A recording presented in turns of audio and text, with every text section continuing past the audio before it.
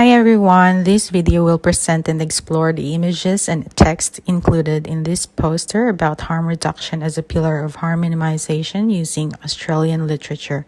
Australia have adopted the policies underpinning the philosophy of harm minimization since the launch of 1985 National Campaign Against Drug Use Survey.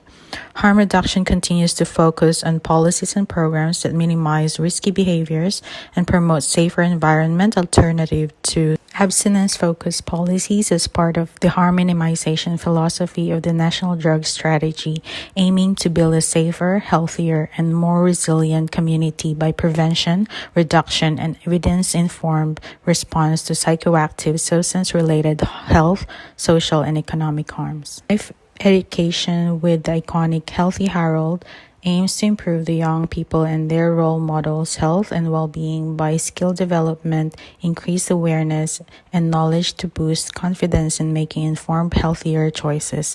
Supporting evidence-based education about substance use via all means, whether in classrooms, by using computer, flyers, and posters, can save lives by meeting them where they are at, especially the marginalized Indigenous young people.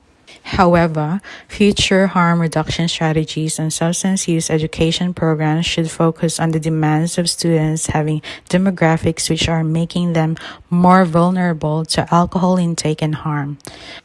Smoking cessation services, whether in person, telephone, or web-based, continues to provide evidence-based support and increase awareness, allowing smokers and the public, including pregnant Indigenous women exposed to secondhand smoke, to make informed, healthier choices in their journey of quitting smoking. Medically supervised injecting centers or drug consumption rooms provides a hygienic environment where people can use substance safely and access evidence-based health information, including referrals to other services such as alcohol and other drug treatment services. Naloxone can prevent death from opioid overdose. However, non-injectable alternatives, including naloxone nasal sprays called Nixoid, are currently being improved. Last year, 3 in 4 participants heard of naloxone, an opioid overdose effects reversing agent, and almost 3 out of 5 participants heard of take-home naloxone based on the illicit drug reporting system report. Improving access to opioid agonist treatment called OAT among opioid users reduce hospital presentations and costs, especially in remote areas. OAT-associated hospital presentations vary across geographical locations, implying the need to accessible OAT in remote regions. Availability of direct-acting antivirals in OAT settings increases population who may receive effective hepatitis C viral treatment and reduces treatment barriers.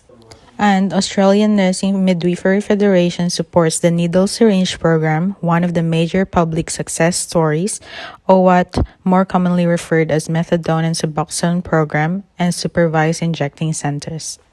The needle syringe program, called NSP, not only reduced health problems arising from drug use such as managing overdoses, reducing risk of blood-borne viruses, reducing infections and health issues associated with use of non-sterile equipment. It also improved access to education and support services inclusive of social health and therapeutic services. It also reduces impact and trauma on greater community who may witness public drug use and overdose. And it also reduces public nuisance associated with an open scene, including crime reduction, loitering, and discarded drug paraphernalia. Lastly, it reduces health costs associated with drug use. Pill testing permits music festival attendees to give their drug sample for composition and purity analysis by a trained scientist to allow informed decision-making. Policy reform, attitudinal and cultural shifts, and intersectoral partnerships are necessary in the rational assimilation of pill testing, currently supported by 1 in 5 Australian lives, to be integrated in the harm minimization approach.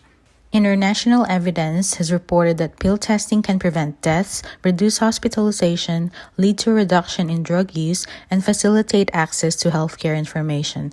Finally, drug driving laws aim to improve road safety and to reduce the motor vehicle accident-related injuries or deaths where illicit drugs are involved. Thank you all for listening. I hope you enjoyed my presentation. Thank you.